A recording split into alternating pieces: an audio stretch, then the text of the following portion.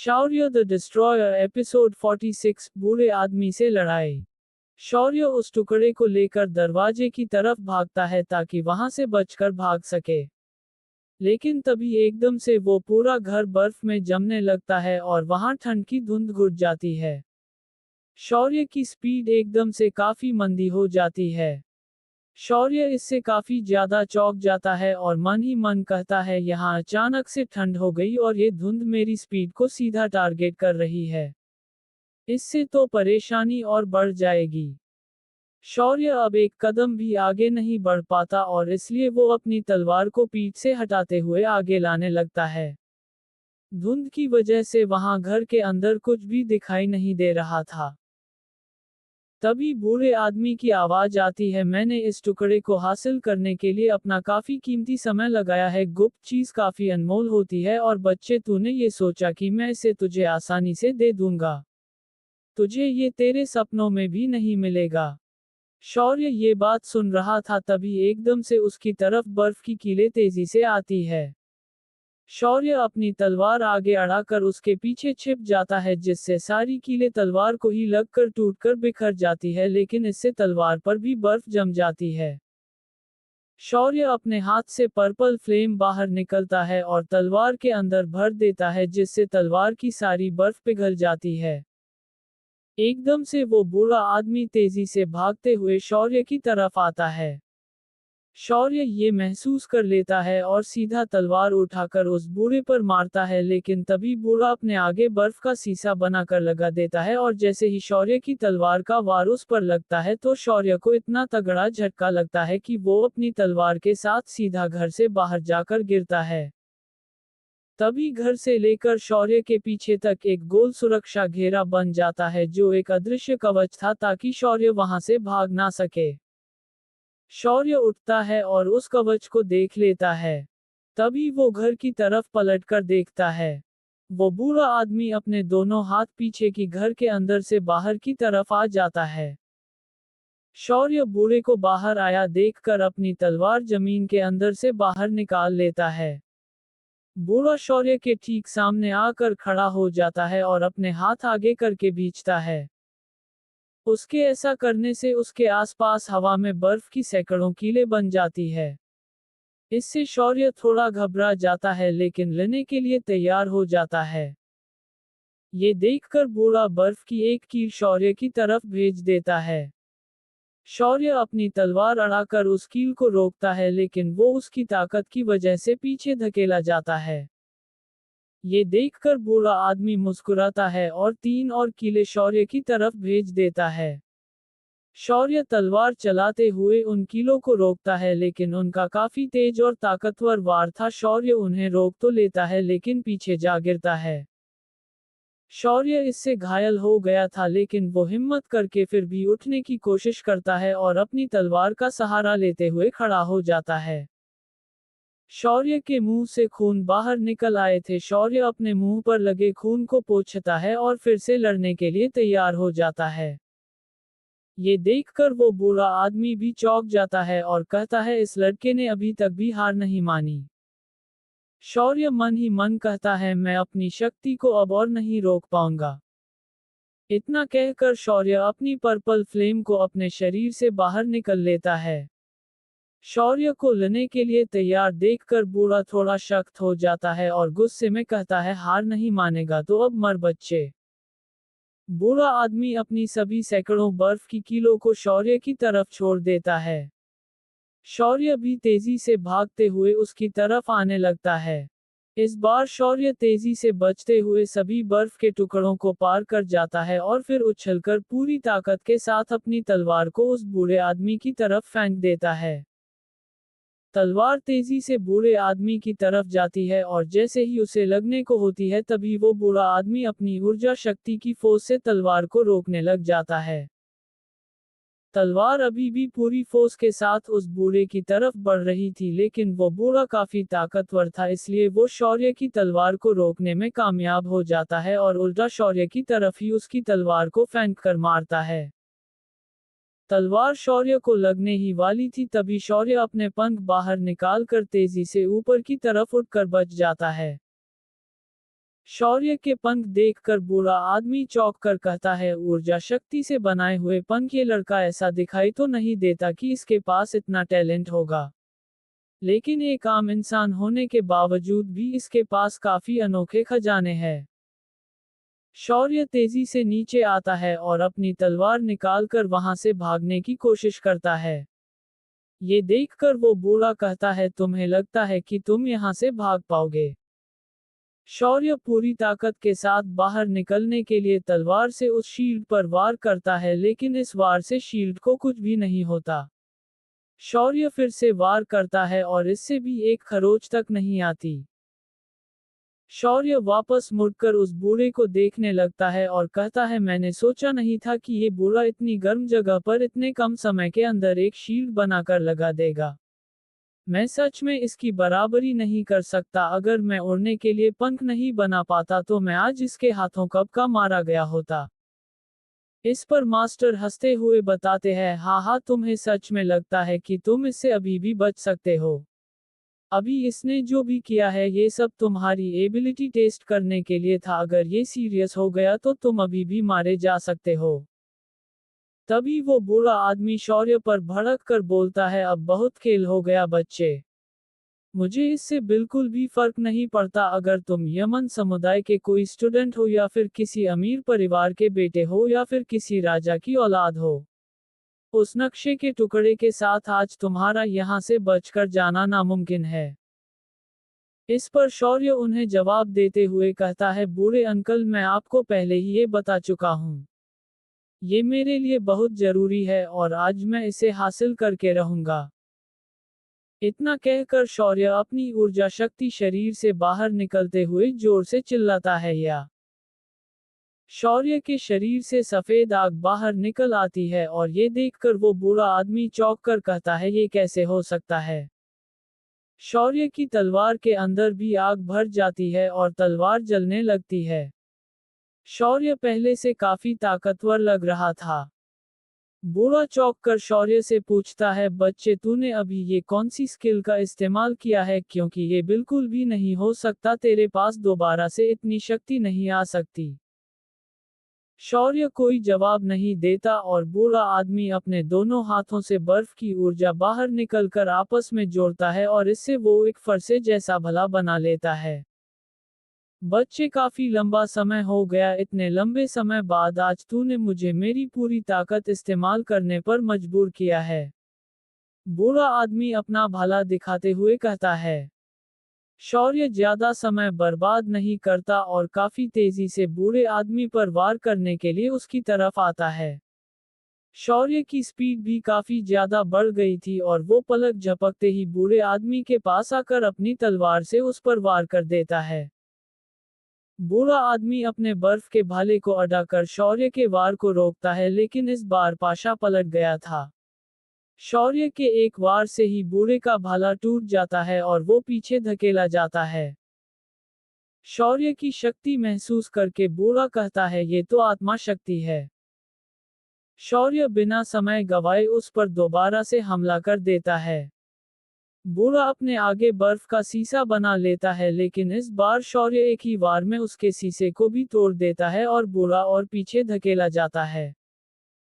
बूढ़ा चौंकते हुए कहता है, आखिर इस लड़के ने अभी ऐसा क्या किया जो इसके पास इतनी शक्ति आ गई? आज मुझे भरोसा नहीं हो रहा कि मेरे पास एक लड़के को हराने लायक शक्ति नहीं है।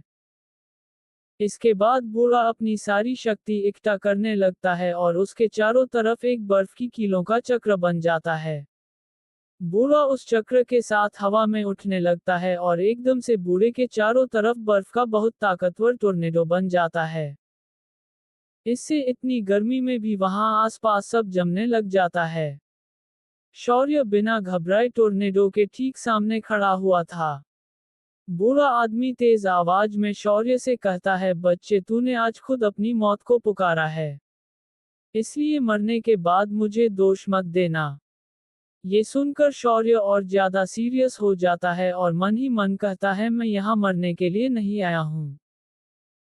इतना कहकर शौर्य अपनी तलवार जमीन के अंदर गाड़ देता है और अपने शरीर से निकलती सफेद ऊर्जा को अपने अंदर वापस समा लेता है। शौर्य बिना घबराए आंखें बंद करके खड़ा हो जाता है और आसपास सब कुछ महसूस करने लगता है। बूढ़ा आदमी पूरी ताकत के साथ अपने वार को तैयार कर लेता है और जोर से चिल्ला है, मर जा बच्चे। इतना सुनते ही शौर्य अपना उल्टा हाथ आगे कर सफेद फ्लेम बाहर निकल लेता है और तेजी से उड़कर टोर्नेडो के अंदर घुस जाता है। शौर्य टोर्नाडो के अंदर घुसकर अपने दूसरे हाथ से भी सफेद फ्लेम बाहर निकाल लेता है। इसके बाद करीब आधे मिनट तक टोर्नेडो के अंदर छोटे छोटे धमाके होते हैं, जैसे बूढ़ा और शौर्य दोनों आपस में भिड़ रहे हो। फिर आखिर में एक बहुत तगड़ा धमाका होता है जिससे पूरा टोर्नेडो तबाह हो जाता है और वहां चारों तरफ धूल ही धूल उड़ जाती है।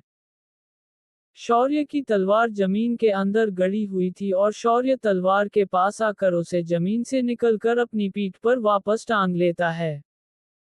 बूढ़ा आदमी की बनाई हुई शील्ड भी हट जाती है। धूल हटती है और नजर आता है कि सामने ही कुछ बड़े बड़े बर्फ के टुकड़े रखे हुए थे, जिनमें से सबसे बड़े टुकड़े के अंदर वो बूढ़ा आदमी जमा हुआ था। शौर्य उसके पास आता है और हाथ जोड़कर कहता है, बूढ़े अंकल, मैंने आपको पहले ही बताया था कि मेरा कोई बुरा इरादा नहीं है। बस ये मेरे लिए बहुत जरूरी है। इतना कहकर शौर्य वहां से जाने लगता है। बूढ़ा बर्फ के अंदर ही था और शौर्य को जाता देखकर हंसते हुए कहता है, हा हा हा हा, मैं इस नक्शे के टुकड़े की वजह से 20 साल छुपा रहा और आज एक बच्चे ने मुझे आकर हरा दिया और मुझे से वो नक्शे का टुकड़ा ले लिया। बूढ़ा अब थोड़ी तेज आवाज में शौर्य को बताते हुए कहता है, इतने सालों इस नक्शे के टुकड़े को परखने के बाद मैंने इसको 2 हिस्सों में काट दिया था। ये सुनकर शौर्य वहां से जाते हुए रुक जाता है और वापस पीछे मुड़कर पूछता है, तुम इसे छुपा सकते थे, फिर तुम मुझे खुद ही ये सीक्रेट क्यों बता रहे हो, क्योंकि मुझे नहीं लगता कि तुमने ऐसा मुझे भड़काने के लिए किया है। शौर्य की बात सुनकर बूढ़ा कहता है, बच्चे, तुम सच में काफी होशियार हो।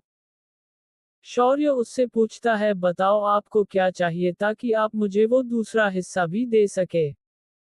इस पर वो बूढ़ा आदमी जवाब देते हुए कहता है, पहले मुझे इस बर्फ की कैद से आजाद करो। शौर्य द डिस्ट्रॉयर एपिसोड 47 शौर्य के भाई। वो बूढ़ा आदमी शौर्य से खुद को आजाद करने के लिए कह रहा था। ये सुनकर शौर्य उसके पास आ जाता है और कहता है, ठीक है, मैं तुम्हें इससे आजाद कर दूंगा। पर एक बात अच्छे से ध्यान में रखना, अगर मैं तुम्हें एक बार बर्फ में कैद कर सकता हूं तो दोबारा भी कर सकता हूं। अगर तुमने कुछ भी उल्टा सीधा किया तो इस बार मैं तुम्हें केवल बर्फ में ही नहीं जमाऊंगा बल्कि तुम्हारे शरीर को ही अंदर से जमा दूंगा और फिर तुम कभी भी कुछ नहीं कर पाओगे।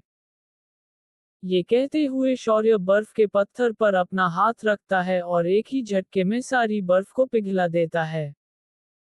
बूढ़ा आदमी अकड़ते हुए खड़ा होता है और कहता है, कितनी डरावनी बर्फीली आग है, बर्फ की शक्ति होने के बाद भी मुझे ये ठंड महसूस हुई। अगर मैं गलत नहीं हूं तो बच्चे, तूने किसी अनोखी आग का इस्तेमाल किया है। तुम ये अच्छे से जानते थे कि मेरी असली ताकत लेवल जी यानी 7 है। शौर्य जवाब देता है, हाँ। तो क्या तुम ये जानते हो कि मैं कौन हूँ? चलो मैं ही बता देता हूँ, मेरा नाम उदयवीर सिंह है।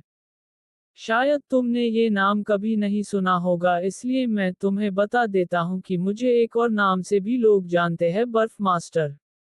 बूढ़ा आदमी बताता है।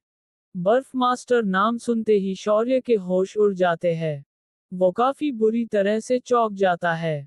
शौर्य को इतना चौंका देखकर बर्फ मास्टर हंसते हुए पूछते हैं, हा हा हा हा, देखकर अच्छा लगा कि आज भी मेरे नाम के चर्चे दुनिया में है, सही कहा ना बच्चे।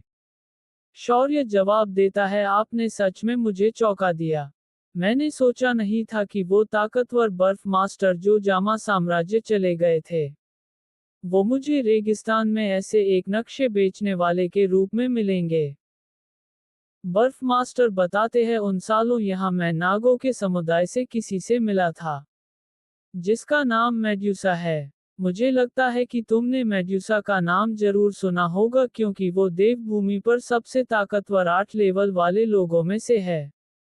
उसने उस मुकाबले में मुझे हरा दिया, वो भी बहुत आराम से। तब मुझे उसने अपना श्राप दिया और मेरी पावर को लेवल 4 पर सील कर दिया। ये सुनकर शौर्य उनसे पूछता है, तो क्या आप चाहते हैं कि मैं आपका श्राप तोड़ने में आपकी मदद करूं? बर्फ मास्टर हाँ में अपनी गर्दन हिला देते हैं। इससे शौर्य सोच में पड़ जाता है और अपना सिर खुजाते हुए कहता है, आपने मुझ पर कुछ ज्यादा ही भरोसा कर लिया है। मेरे पास उतनी एबिलिटी नहीं है। ये सुनकर बर्फ मास्टर शौर्य से कहते हैं, पहले शुरुआत में मैं तुम्हें नक्शे के दूसरे टुकड़े के बारे में नहीं बताना चाहता था। लेकिन जब आखिर में तुमने वो सफेद आग मुझे दिखाई तब मैंने अपना मन बदल लिया। अगर तुमने वो पिल बना ली जिसकी मुझे बहुत जरूरत है तो मैं तुम्हें वो दूसरा टुकड़ा तो दूंगा ही, साथ में तुम्हारी मदद भी करूंगा। उनकी बात सुनकर शौर्य उनसे पूछता है, जो पिल बनानी है उसकी रैंक कितनी है? बर्फ मास्टर बताते हैं 6ठी रैंक।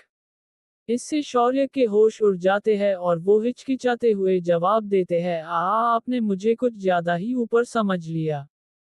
मैं बस एक रैंक 2 का रासायनिक हूँ।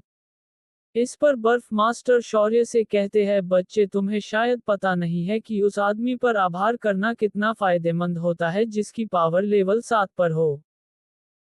शौर्य इससे पहले कुछ कहता तभी मास्टर शौर्य से कहते हैं, शौर्य इसके पास दूसरा टुकड़ा है या नहीं इससे बिल्कुल भी फर्क नहीं पड़ता क्योंकि हम उसे ढूंढ लेंगे।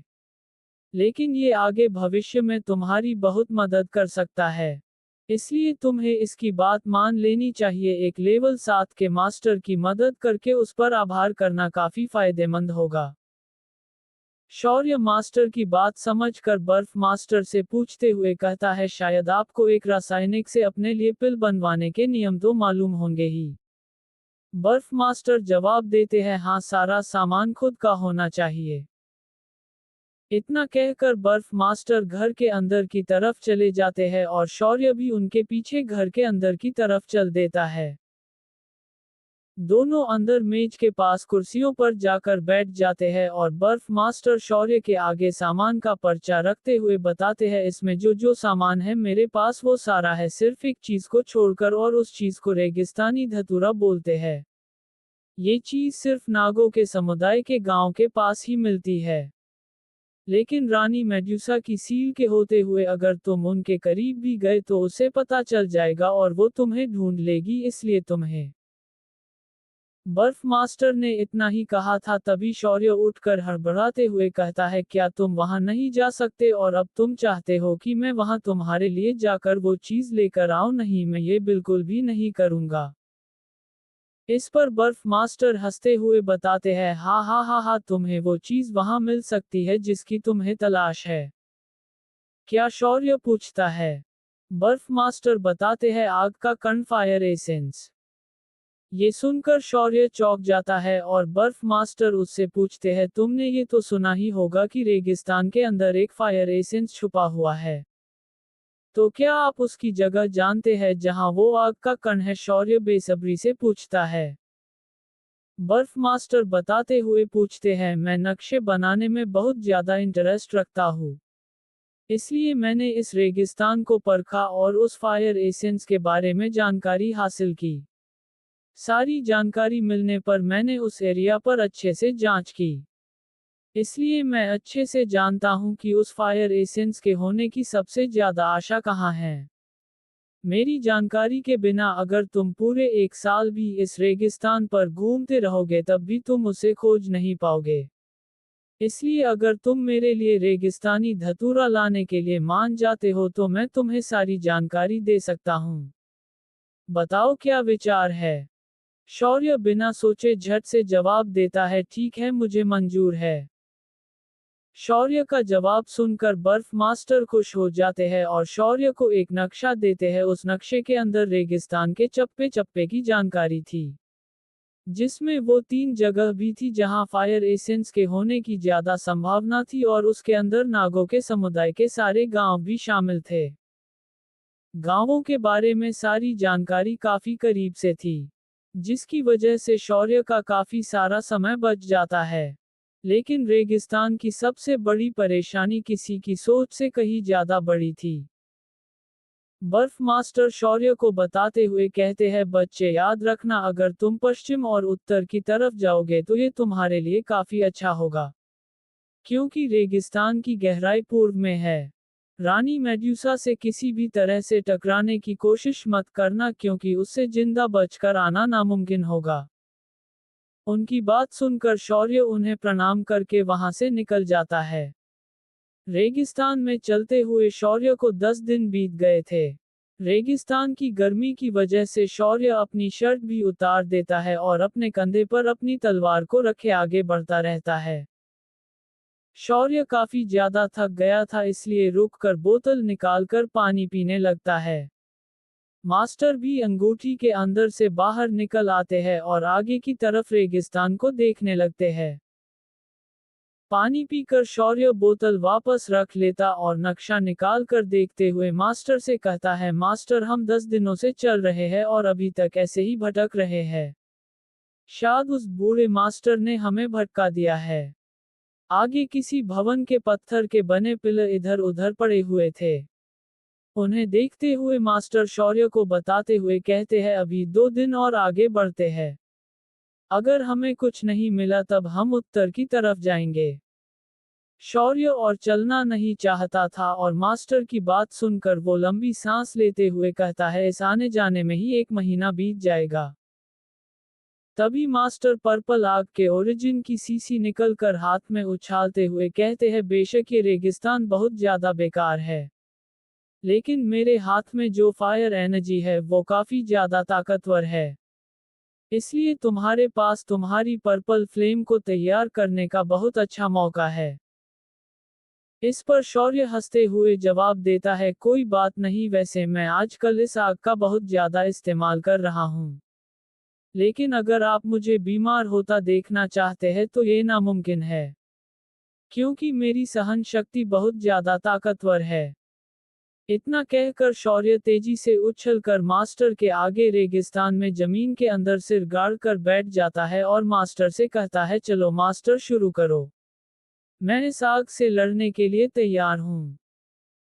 मास्टर शौर्य के करीब आते हुए बताते हैं, ये ट्रेनिंग सबसे अच्छी है क्योंकि पर्पल आग के साथ साथ तुम रेगिस्तान की शक्ति को भी अपने अंदर समाओगे और इससे इसका असर एक रेगिस्तानी बीस्ट को मारने से भी काफी ज्यादा होगा। ये सब बताते हुए मास्टर सीसी के अंदर से एक बूंद पर्पल फायर ओरिजिन शौर्य की पीठ पर टपका देते हैं और इससे शौर्य की दर्द से जोर से चीख निकलती है, आह।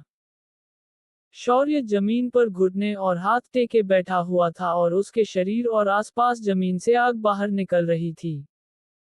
उसी तरफ एक घायल लड़का आ रहा था। उस लड़ने ने काले रंग के कपड़े पहने हुए थे और वो घबराहट में बार बार पीछे देखते हुए शौर्य की तरफ आ रहा था।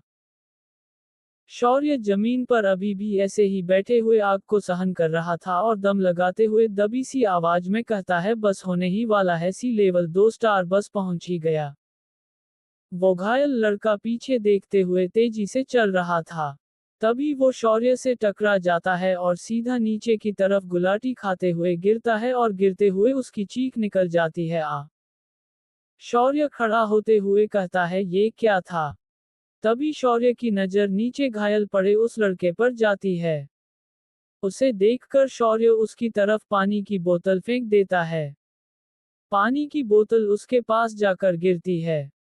तभी उस लड़के की नजर शौर्य पर पड़ती है। शौर्य अपनी तलवार उठाकर वहां से जाने लगता है।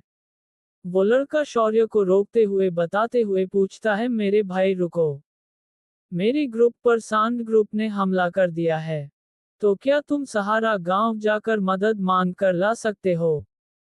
शौर्य वहां से जाते हुए मना करते हुए जवाब देता है, माफ करना पर मैं थोड़ा जल्दी में हूँ। वो लड़का फिर से शौर्य से मदद मांगते हुए कहता है, भाई मेरी मदद करो, अगर मेरा ग्रुप बच गया तो हम स्टील ग्रुप तुम्हारा शुक्रिया करेंगे और तुम्हें मुंह मांगा इनाम देंगे। उस ग्रुप का नाम सुनकर शौर्य रुक जाता है और कहता है, स्टील ग्रुप। शौर्य रुककर उस लड़के से पूछता है, क्या ये सहारा गांव का स्टील ग्रुप है? वो लड़का हाँ में हुंकार भरते हुए अपनी गर्दन हिला देता है। शौर्य उससे आगे पूछता है, तुम्हारे लीडर का क्या नाम है? लड़का बताता है, तनिष सेन और ललित सेन। ये दोनों ही शौर्य के बड़े भाई थे और इनके नाम सुनकर शौर्य सख्त होकर उस लड़के से कहता है, मैं तुम्हारी मदद करूंगा, मुझे अपने साथियों के पास ले चलो। शौर्य द डिस्ट्रॉयर एपिसोड 48 एक झटके में काम तमाम। रेगिस्तान में एक खंडर जैसी जगह थी जहां पर बड़े बड़े पत्थर थे और उनके बीच में कुछ लोगों ने रस्सी से एक बड़े सांप को बांध रखा था। उस सांप का ऊपरी शरीर बिल्कुल इंसान की तरह था, इंसान जैसे हाथ पेट छाती, लेकिन बाकी सारा शरीर एक सांप का था। वो इंसानी सांप अपने आप को छुड़ाने की बहुत कोशिश कर रहा था, लेकिन वो लोग रस्सी खींचते हुए उसे इधर से उधर पटकने लगते हैं। उस सांप का मुंह उन्होंने लोहे के जाल से बांधा हुआ था। सांप काफी ज्यादा हलचल कर रहा था ताकि वो आजाद होकर वहां से भाग सके, लेकिन तभी उन आदमियों का लीडर आकर सांप के मुंह को पकड़कर उसे जमीन पर देकर मरता है और उसके मुंह को अपने पैर से दबा लेता है। अब वो लीडर सांप पर चिल्लाते हुए कहता है, हरामजादे, तेरी बाहर आने की हिम्मत कैसे हुई, अब मैं तेरा सिर धड़ से उड़ा दूंगा। हुआ ऐसा था कि उन्होंने उस सांप को पीछे बड़े से पत्थर में बनाई गुफा में कैद कर रखा था, जिससे निकलकर वो इंसानी सांप भाग रहा था। ये सांड ग्रुप का लीडर था और वो अपने साथियों से सामने खड़ी एक लड़की और कुछ लड़कों की तरफ इशारा करते हुए कहता है, स्टील ग्रुप के इन सभी लोगों को खत्म कर दो। वो लड़की ये सुनकर उससे कहती है, मोगली, तुम बहुत बड़ी गलती कर रहे हो। अगर हमारे दोनों लीडर को पता चल गया कि हम वापस नहीं आए तो। उस लड़की ने इतना ही कहा था, तभी मोगली उसकी बात काटते हुए कहता है, तो फिर वो दोनों नागों के समुदाय में घुस जाएंगे और उनके लोगों को मारेंगे, क्योंकि वो जान ही नहीं पाएंगे कि ये किसका काम है। हा हा हा हा। ये सुनकर वो लड़की अपने साथियों को हिम्मत देते हुए कहती है, तुम सब फिक्र मत करो, जियान यहाँ से मदद लाने के लिए जा चुका है और हमारे लिए मदद आती ही होगी। तभी मोगली उस लड़की की बॉडी को गंदी नजर से देखते हुए कहता है, ये तो माल है। मोगली उस लड़की से कहता है, चिंता मत करो डार्लिंग, मैं तुम्हें जिंदा छोड़ दूंगा। इतना कहकर वो अपने साथियों की तरफ इशारा करता है और उसके साथी सांप को छोड़ देते हैं। मोगली भी सांप के पास से तेजी से हट जाता है और सांप सीधा स्टील ग्रुप के लोगों की तरफ उन्हें मारने के लिए जाता है। इससे स्टील ग्रुप के सभी लोग और वो लड़की घबरा जाते हैं। सांप पहले अपनी पूंछ से तेजी से धूल उड़ा देता है और फिर सीधा उस लड़की की तरफ झपटा मरता है। एकदम से पहाड़ के ऊपर से शौर्य अपनी तलवार से वार करते हुए नीचे कूद जाता है और सीधा तलवार उस सांप के सिर के अंदर घुसा देता है। सांप वही दम तोड़ देता है। धूल ही धूल वहां उड़ रही थी और सांड ग्रुप के लोगों को दिखाई ही नहीं देता कि अभी ये हुआ क्या था। धूल हटती है और सबकी नजर पड़ता है कि सांप के सिर के अंदर से होते हुए एक बड़ी पत्थरों जैसी तलवार जमीन के अंदर गड़ी हुई है और बिना शर्ट पहने एक लड़का तलवार के ऊपर बैठा हुआ था। शौर्य को देखकर मोगली चिल्लाते हुए कहता है, ये कौन है और नाग इंसान के साथ ऐसा करने की इसकी हिम्मत भी कैसी हुई। इससे मोगली के लोग भी घबरा जाते हैं। शौर्य पीछे की तरफ हल्के से गर्दन घुमाता है और उस लड़की से पूछता है, तुम स्टील ग्रुप से हो? लड़की हाँ में गर्दन हिलाते हुए जवाब देती है, हाँ हाँ। मोगली भड़क कर शौर्य से कहता है, हरामजादे, हम सांड ग्रुप है। हमसे पंगा लेकर तुमने बिल्कुल भी अच्छा नहीं किया, इसका अंजाम तुम्हें अभी पता चल जाएगा। शौर्य को उसकी बातों से ही गुस्सा आ जाता है और वो बहुत तेजी से मोगली की तरफ जाता है और उस पर अपनी तलवार से इतनी जोर से वार करता है कि मोगली वहां से सीधा पीछे पत्थर पर जाकर लगता है और फिर उठ नहीं पाता। शौर्य उसके साथियों की तरफ पलटता है और उन सभी पर तेजी से वार कर देता है। शौर्य अपनी तलवार के एक ही वार से उन सभी को खत्म कर डालता है। ये देखकर स्टील ग्रुप की वो लड़की चौंक कर कहती है, ये तो बहुत ज्यादा गुस्से वाला है। तभी पीछे से उस लड़के की आवाज आती है जो शौर्य को यहाँ लेकर आया था, बड़े भाई रुको। शौर्य और बाकी सब पीछे पलटकर उसे देखते हैं। जल्दबाजी में उधर आते हुए उस लड़के का पैर फिसल जाता है और वो सीधा नीचे की तरफ लुढ़कते हुए आता है। खड़ा होते हुए वो लड़का बताता है सांड ग्रुप का लीडर मोगली सी लेवल का योद्धा है। तभी वो सामने नजर उठाकर देखता है और पाता है कि सांड ग्रुप वही जमीन पर ढेर हुआ पड़ा था। ये देखकर उस लड़के के होश उड़ जाते हैं। इसके बाद वो सब वहां से अपने ग्रुप के पास जाने लगते हैं। रेगिस्तान में ही कुछ बड़े पहाड़ों के पास एक बहुत बड़ा किला बना हुआ था जिस पर हरे झंडे लगे हुए थे और उन पर लिखा हुआ था स्टील ग्रुप। शौर्य ने जिनको बचाया था उनके साथ शौर्य भी वहां आ जाता है।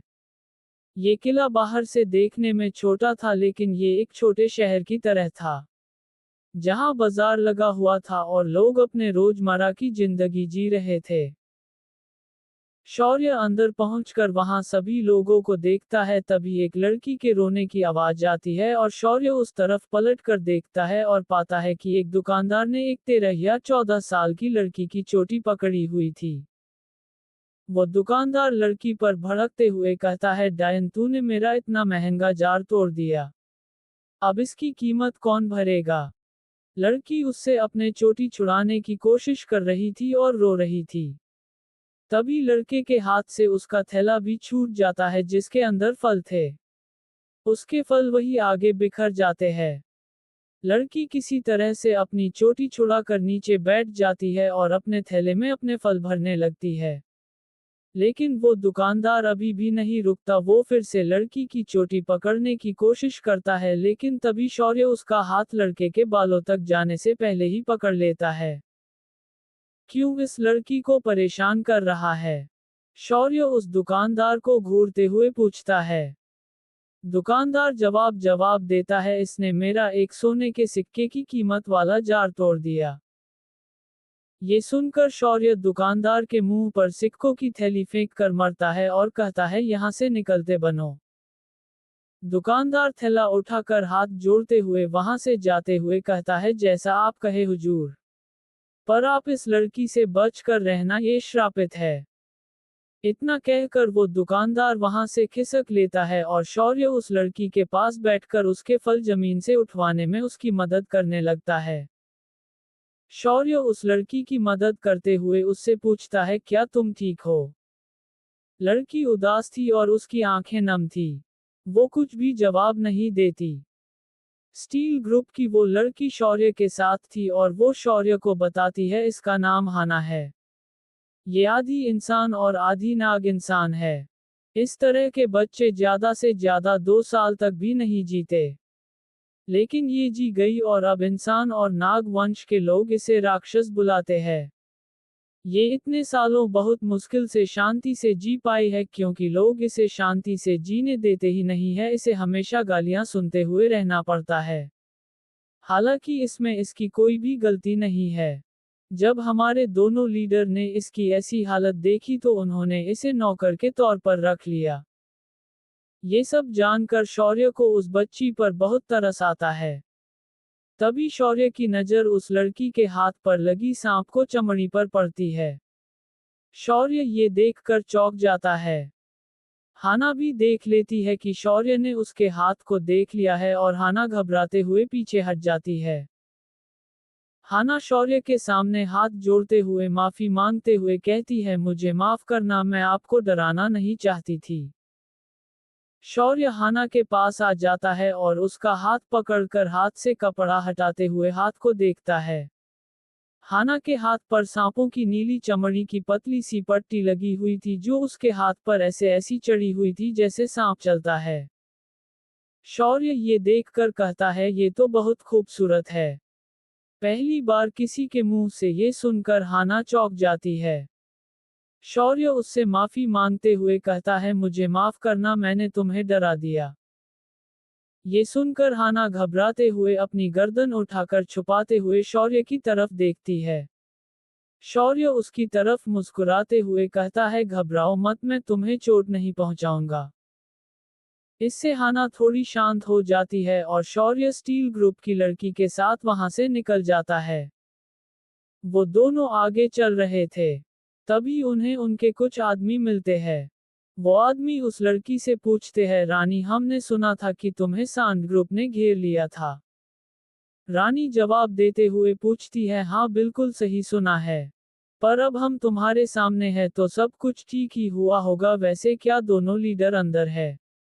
वो आदमी जवाब देता है, हाँ दोनों लीडर अंदर ही है। जब से उन्होंने शौर्य सेन का नाम सुना है वो दोनों इनसे मिलने के लिए काफी ज्यादा उत्सुक है। इतने ज्यादा उत्सुक के वो तब से बैठे ही नहीं है। ये सुनकर रानी और शौर्य दोनों हंसने लग जाते हैं, हा हा हा हा। इसके बाद रानी और शौर्य दोनों वहां से लीडर से मिलने के लिए आगे चल देते हैं। रानी शौर्य को बताती है, दोनों लीडर हमेशा तुम्हारी ही बातें करते रहते हैं। वैसे अब दाबू तुम्हें ढूंढने के लिए पूरी दुनिया खोज मरेगा। दाबू सांड ग्रुप का सबसे बड़ा लीडर था। ये सुनकर शौर्य हंसने लगता है और रानी से पूछता है, हाँ हाँ हाँ, तो तुम्हें मेरे और तुम्हारे दोनों लीडर के रिश्ते के बारे में पता है? रानी जवाब देती है, हाँ बिल्कुल। रानी शौर्य को उनके लीडर के किले के ठीक सामने ले जाती है और खुद वही रुककर शौर्य से कहती है, जाओ दोनों लीडर अंदर ही है। शौर्य हाँ में गर्दन हिलाता है और उस घर की तरफ चला जाता है। शौर्य जैसे ही दरवाजा खोलने की कोशिश करता है तभी अंदर से शौर्य का दूसरा भाई दरवाजा खोल देता है। दोनों भाई एक दूसरे को देखते हैं और खुश हो जाते हैं। शौर्य खुश होकर पुकारता है, बड़े भाई।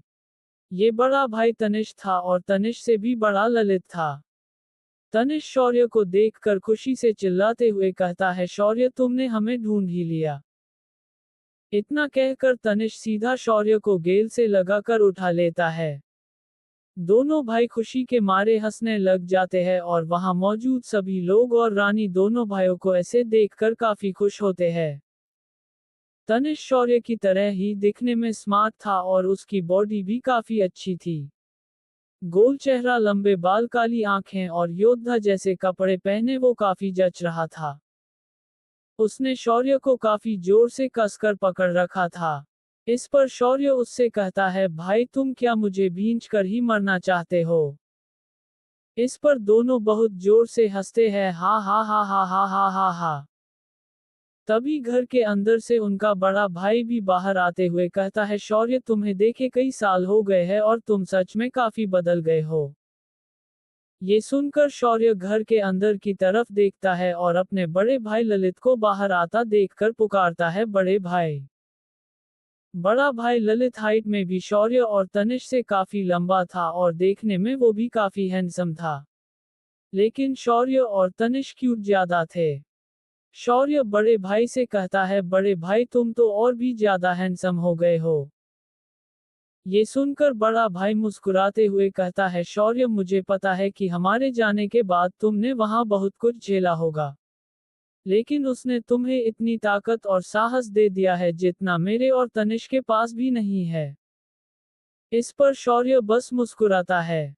ललित अपने दोनों छोटे भाइयों के कंधों पर हाथ रखकर कहता है, आज रात हम जश्न मनाएंगे और बिना रुके खूब पिएंगे।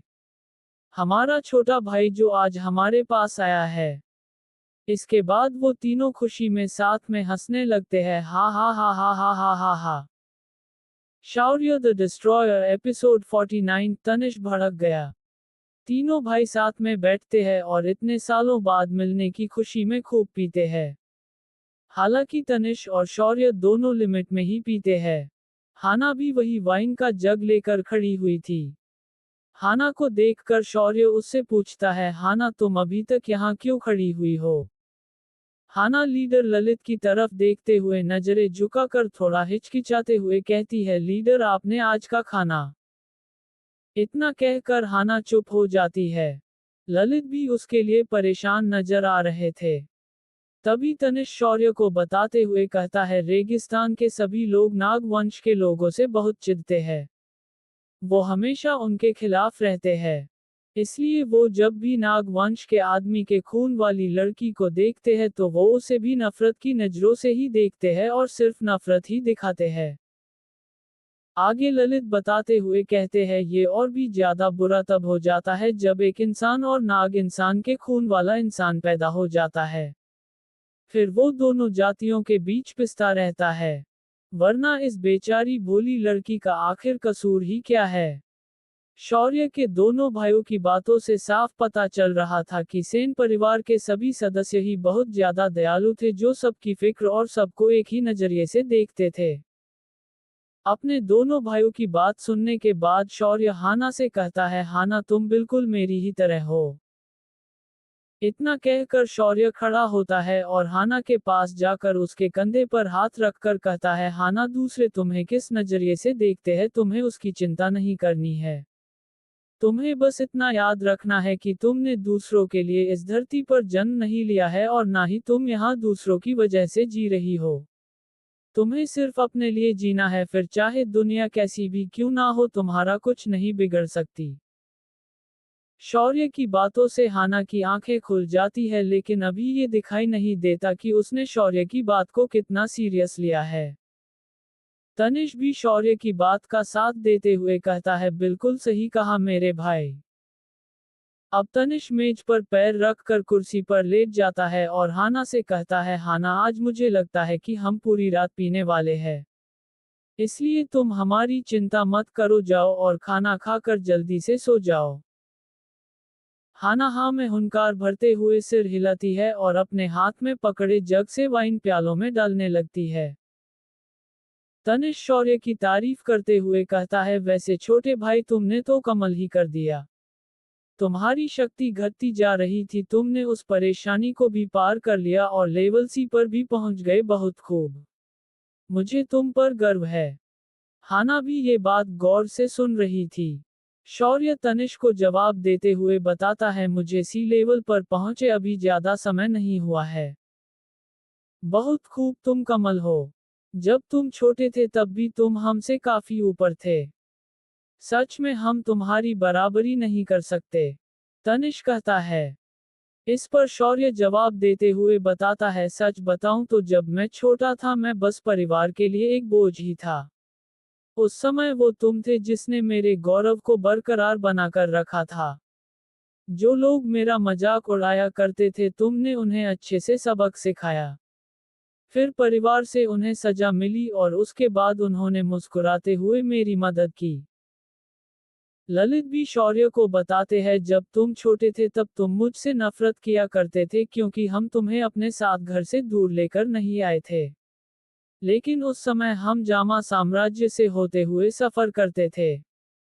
तुम्हें भरोसा करना चाहिए कि उस वक्त हमें हर रोज जिंदगी और मौत से होकर गुजरना पड़ता था।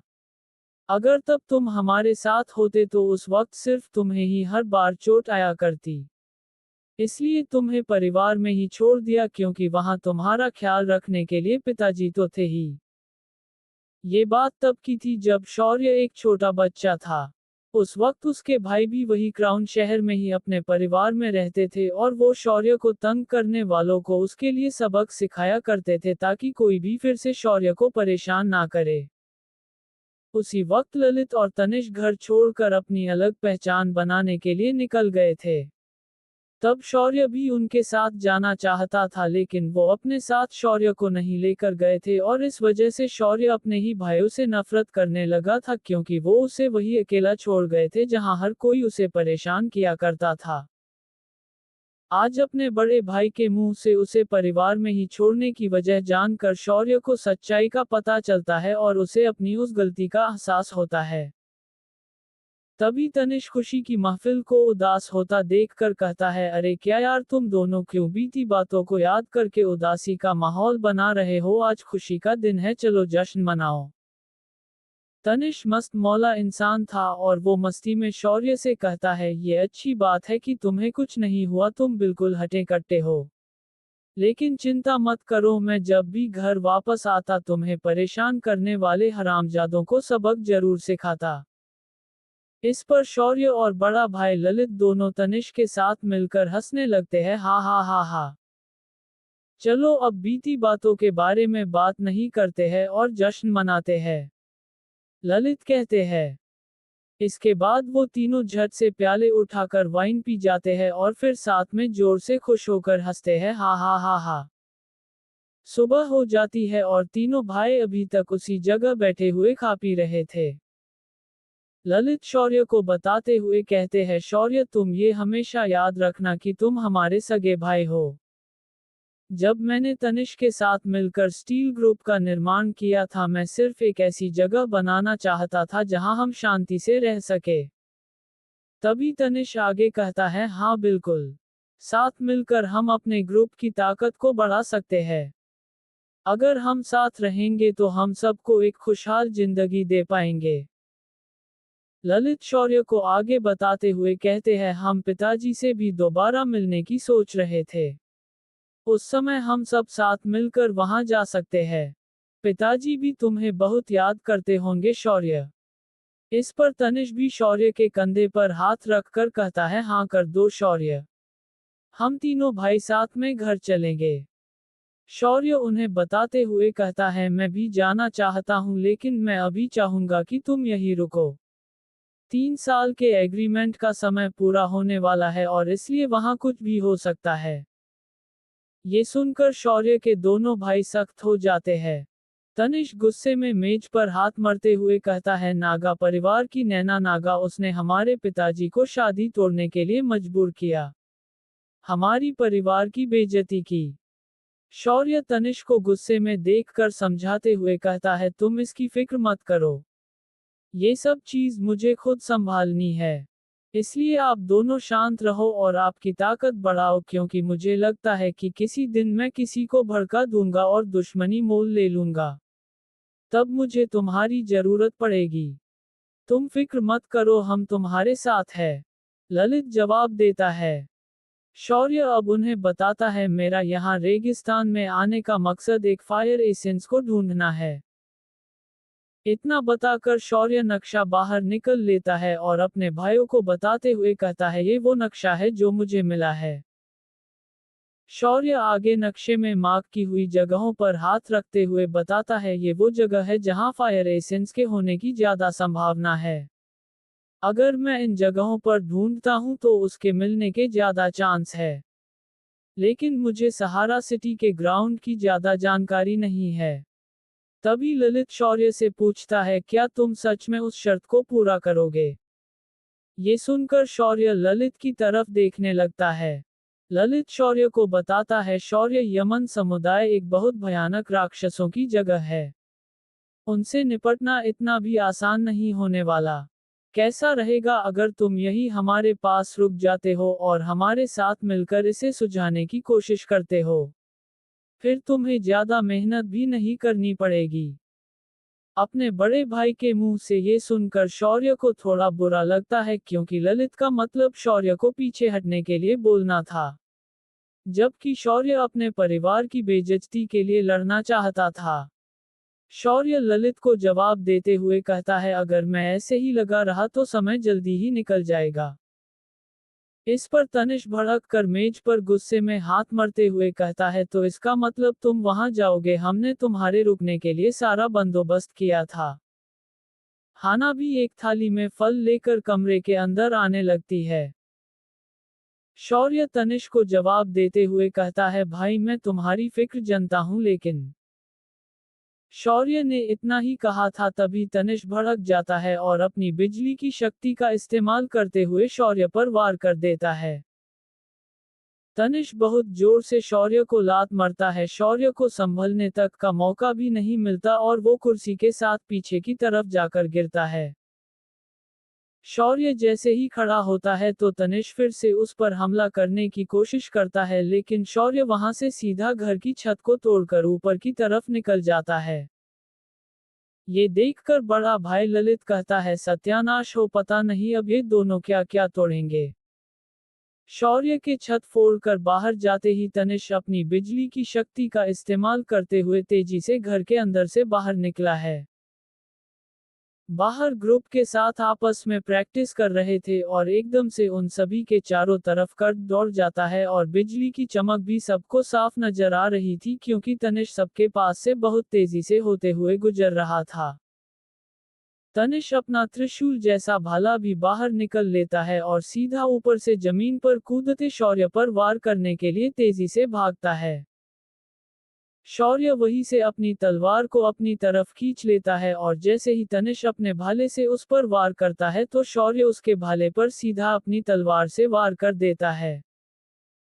दोनों के हथियार आपस में टकराते हैं तो छोटा सा धमाका होता है और तनिष बड़े ही आराम से अपने भाले से शौर्य को तलवार समेत फिर से ऊपर उछाल देता है। शौर्य की तलवार में कर्ट सा दौड़ जाता है और वो जैसे ही नीचे आता है तो तनिष तेजी से अपना भाला घुमाकर फिर से वार कर देता है। शौर्य भी अपनी तलवार से दोबारा वार कर देता है, लेकिन इस बार तनिष का वार इतना तेज और ताकतवर था कि शौर्य की तलवार उसके हाथ से छूटकर पीछे जाकर गिरती है। शौर्य जमीन पर उतर आता है और तभी तनिष उस पर तीसरा वार करने के लिए भागते हुए कहता है, खेल खत्म हुआ शौर्य। तनिष को अपनी तरफ वार करने के लिए आता देखकर शौर्य धमाकेदार कदम का इस्तेमाल करके तेजी से उसकी तरफ जाता है। इस बार शौर्य की स्पीड उससे काफी ज्यादा तेज हो गई थी। शौर्य बड़े ही आराम से तनिष के भाले के वार से बचकर उसके पीछे आ जाता है। इससे तनिष बुरी तरह से चौंक जाता है और एकदम से पीछे की तरफ पलटकर भाला चलाते हुए कहता है, इसकी स्पीड एकदम से इतनी तेजी से कैसे बढ़ है।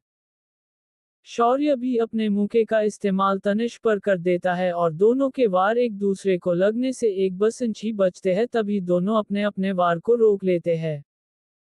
शौर्य थोड़ा गुस्से में तनिष से पूछता है, तुमने ऐसा क्यों किया। शौर्य द डिस्ट्रॉयर एपिसोड 50। हमले की तैयारी करो। तनिष ने बेवजह शौर्य पर गुस्से में आकर हमला कर दिया था, जिस बात से शौर्य काफी ज्यादा गुस्से में आ जाता है क्योंकि उसने अपने भाई से कुछ ऐसा कभी सोचा भी नहीं था। शौर्य के इस पर सवाल करने की वजह से तनिष अपना भाला हटा लेता है और हंसने लगता है, हा हा हा हा। तभी अंदर से हाना के साथ बाहर आते हुए ललित कहता है, ये सच में हमारा वही शौर्य है जो किसी से हार नहीं मानता। ये सुनकर शौर्य भी शांत होकर उनसे पूछता है, अच्छा तो तुम मुझे टेस्ट कर रहे थे। तनिष शौर्य के कंधे पर हाथ रखकर जवाब देता है, बिल्कुल सही समझे मेरे भाई। ललित अब आगे अपने सभी साथियों से कहता है, मेरी बात सब ध्यान से सुनो।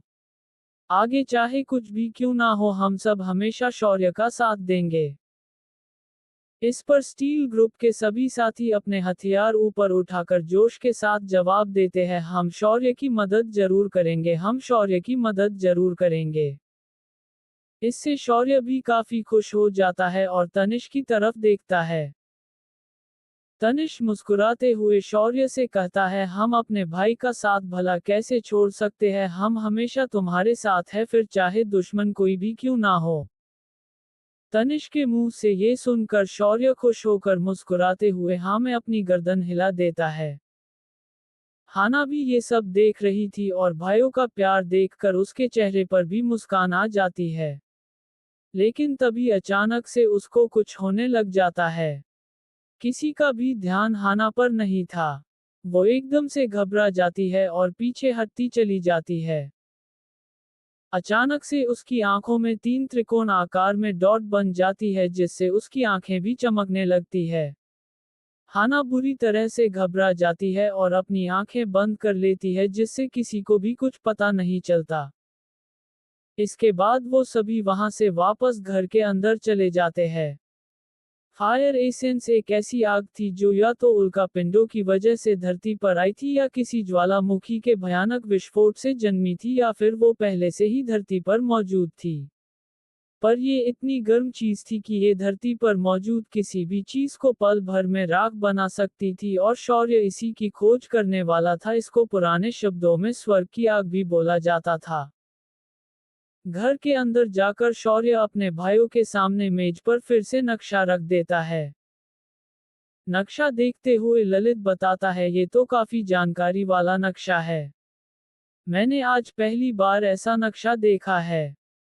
इस पर तनिष भी ललित का साथ देते हुए कहता है, हाँ बिल्कुल सही कहा, इनमें सारी जगह पूरी तरह से डिटेल लिखी हुई है। तनिष अब उन जगहों पर हाथ लगाते हुए कहता है जिन पर फायर एसेंस होने के निशान लगे हुए थे। यहाँ पर फायर एसेंस होने के निशान लगे हुए हैं, ये जरूर सहारा शहर में है, सहारा सिटी के दक्षिण पूर्व में। लेकिन मैंने कभी इस अजीब जगह के बारे में नहीं सुना, ललित बताता है। इस पर तनिष जवाब देते हुए कहता है, बिल्कुल सही। इसलिए हम यहाँ पहले अपने लोगों को खोजबीन करने के लिए भेज देंगे। वैसे भी ये बस कुछ पहाड़ ही तो है। तभी हाना वहाँ उनके लिए एक थाली में चाय से भरे कप लेकर आ जाती है। तनिष एक कप उठाकर चाय पीता है और शौर्य उससे कहता है, ऐसा लगता है कि यहाँ पर कोई भी फायर एसेंस नहीं मिलने वाला। इतना सुनते ही हाना घबराने लगती है। ये देखकर शौर्य उससे पूछता है, क्या हुआ हाना, तुम घबरा क्यों रही हो? हाना बताती है, सहारा सिटी के पूर्वी हिस्से में मुंह लगता है कि कुछ अजीब चीज है। क्या तुम सच में उसके बारे में जानती हो? तुम्हें पूरा भरोसा है? शौर्य पूछता है। हाना हिचकिचाते हुए जवाब देती है, मैं पूरे भरोसे के साथ नहीं कह सकती, लेकिन वहां कुछ तो अजीब है। ये सुनकर ललित पूछता है, आखिर तुम्हें ये कैसे पता? तुम्हारे अंदर वो एबिलिटी दिखाई नहीं देती। हाना जवाब देती है, मुंह नहीं पता, लेकिन आधी साल पहले सहारा सिटी के बाहर बहुत ही ताकतवर ऊर्जा थी। वो एनर्जी मेरे खून से मिलती जुलती थी और वहां सांड ग्रुप के लोगों के कंकाल पड़े हुए थे। ये ऊर्जा सच में बहुत ही ज्यादा शक्तिशाली थी। हाना के मुंह से ये सुनकर ललित बताते हुए कहता है, सांड ग्रुप का लीडर दाबू है। अगर वो किसी से भिड़ा है तो उसका अपोनेंट जरूर 5 लेवल से ऊपर का होगा। ये सुनकर तनिष सोच में पड़ जाता है और एकदम से बताते हुए कहता है, वो ऊर्जा हाना के खून से मिलती जुलती थी, इसका मतलब कहीं वो रानी मेड्यूसा तो नहीं थी। इससे शौर्य और ललित दोनों ही चौंक जाते हैं और एक हल्की सी घबराहट उनके चेहरे पर साफ नजर आ रही थी। तनिष बताता है, रानी मेड्यूसा एक बहुत ज्यादा डरावनी औरत है। कहते हैं कि वो बहुत सुंदर औरत है पर उसकी शक्तियां काफी भयानक है। रानी मेड्यूसा की वजह से कोई भी सहारा सिटी के आसपास घूमने तक की भी हिम्मत नहीं कर सकता। इस पर हाना आगे बताती है, आधी साल पहले वो अचानक से सहारा सिटी के पूर्व में आ गई थी और उस रात ऊर्जा काफी ज्यादा थी। मुझे अच्छे से पता है, जब वो वहां से वापस जा रही थी तब वो कुछ घायल थी। क्या तुम्हें पता है कि वो वहां कहाँ रुकी थी? शौर्य पूछता है। हाना बताती है, हालांकि ये आधी साल पहले की बात है और वो एनर्जी उस रात सिर्फ कुछ ही देर के लिए एक्टिवेट हुई थी, लेकिन आज सुबह जब दूसरे लीडर और मास्टर शौर्य आपस में लड़े मुझे वो एनर्जी फिर से महसूस हुई। शायद वो फिर से फटी होगी। इतना बताकर हाना नक्शे पर एक जगह उंगली रखते हुए बताती है, अगर मैं अपने नाग इंसान वाले खून की मदद से खोजने की कोशिश करूँ तो वो एनर्जी यहाँ होगी। ये जानकर शौर्य खुश हो जाता है क्योंकि अब उसका यहाँ आना बेकार नहीं गया था और उसका काफी समय भी बच गया था। हाना शौर्य से कहती है, मास्टर अगर आप चाहे तो मैं आपको वहां ले जाने के लिए पूरी कोशिश कर सकती हूँ।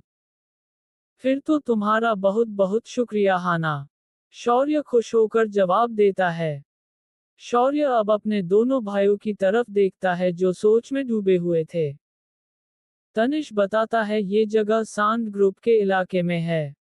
इतना सुनकर शौर्य गुस्से में अपनी मुट्ठी भींचते हुए कहता है, सांड ग्रुप। दूसरी तरफ शौर्य के वार से मोगली बस बेहोश हुआ था और वो होश में आकर सांड ग्रुप के किले पर वापस पहुंच जाता है और लीडर दाबू को सब बता देता है। ये सब जानने के बाद दाबू गुस्से में उस पर चिल्लाते हुए कहता है, तुम इतने सारे आदमियों के साथ यहाँ से गए थे और अब बस तुम ही अकेले वापस आए हो मोगली। मोगली खांसते हुए जवाब देता है, हुजूर मुझे पता नहीं था कि वो किसी को मदद के लिए बुलाकर ले आएंगे। ये सब बस इत्तेफाक से हो गया। हमने उन्हें रोकने की पूरी कोशिश की लेकिन इससे हमारा ही भारी नुकसान हो गया। इस पर दाबू गुस्से में कहता है, उन हरामजादों की इतनी हिम्मत हो गई कि उन्होंने मेरे सांड ग्रुप के भाइयों को छूने तक की कोशिश की। मोगली दाबू को भड़काते हुए बताता है, हुजूर तनिष सेन आए दिन ज्यादा से ज्यादा घमंडी होता जा रहा है। उन्हें ये मालूम होना चाहिए कि हम सांड ग्रुप सहारा सिटी की असली ताकत है। वो दोनों हरामजादे यहाँ बस कुछ ही सालों से है और उनकी इतनी हिम्मत बढ़ गई कि वो अब हमसे पंगा लेने लगे हैं।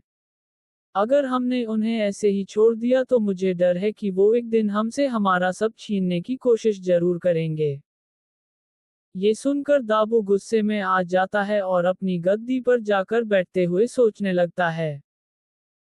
मोगली उसके पास आकर चापलूसी करते हुए बताता है, हुजूर आप चिंता मत करो। मैंने पता लगा लिया है जिसने कल उनकी मदद की थी वो खुद तनिष सेन और ललित सेन का भाई है। उसकी शक्ति अभी बस लेवल 3 पर ही है। इसलिए बॉस हम उन्हें बिना कुछ किए नहीं छोड़ सकते। इससे दाबू और भड़क जाता है और ऑर्डर देते हुए कहता है, जाओ और सबको तैयार करो। मैं अब खुद इस मामले को सुलझाऊंगा। ये सुनकर मोगली डरावनी मुस्कान मुस्कुराने लगता है और चापलूसी करते हुए कहता है, बॉस आप बहुत समझदार है। अब स्टील ग्रुप नहीं बचेगा और हमारा राज होगा।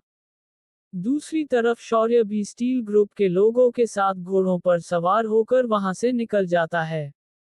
एक घोड़े पर शौर्य सवार था और उसके साथ हाना भी बैठी हुई थी।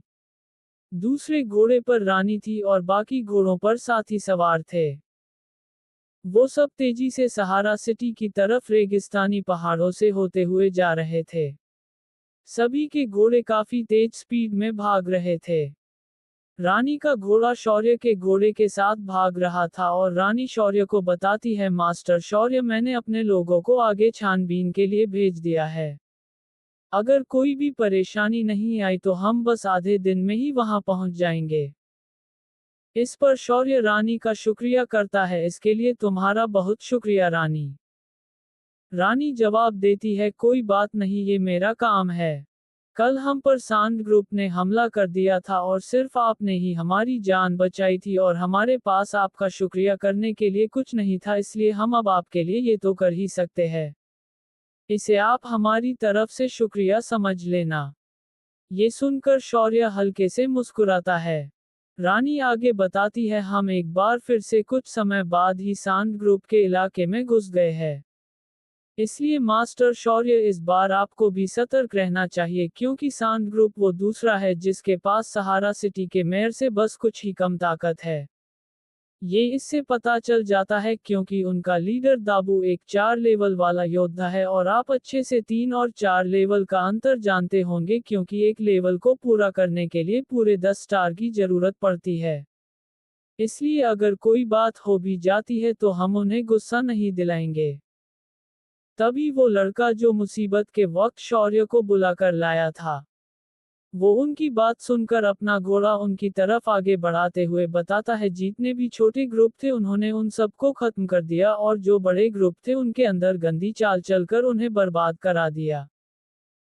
इस पर रानी आगे बताती है, अपने पिछले मिशन को पूरा करते वक्त हम गलती से नाग वंश के इलाके में घुस गए थे जिस वजह से हम भारी नुकसान झेलना पड़ा, वरना आज हमारे पास उनसे लड़ने की पूरी ताकत होती।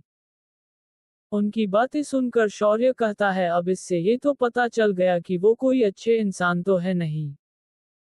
इस पर रानी बताती है, हमारे सभी भाई सांड ग्रुप से चिढ़े हुए हैं।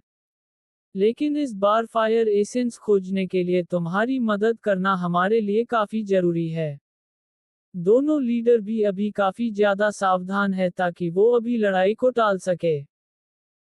तभी हाना शौर्य को बताती है, मास्टर शौर्य मैं उसे महसूस कर सकती हूँ। वो आगे ही है। ये सुनकर शौर्य घोड़े की स्पीड बढ़ाते हुए कहता है, मंजिल करीब है अपनी स्पीड बढ़ा दो। इतना सुनते ही बाकी सब भी अपने अपने घोड़ों की स्पीड बढ़ा देते हैं।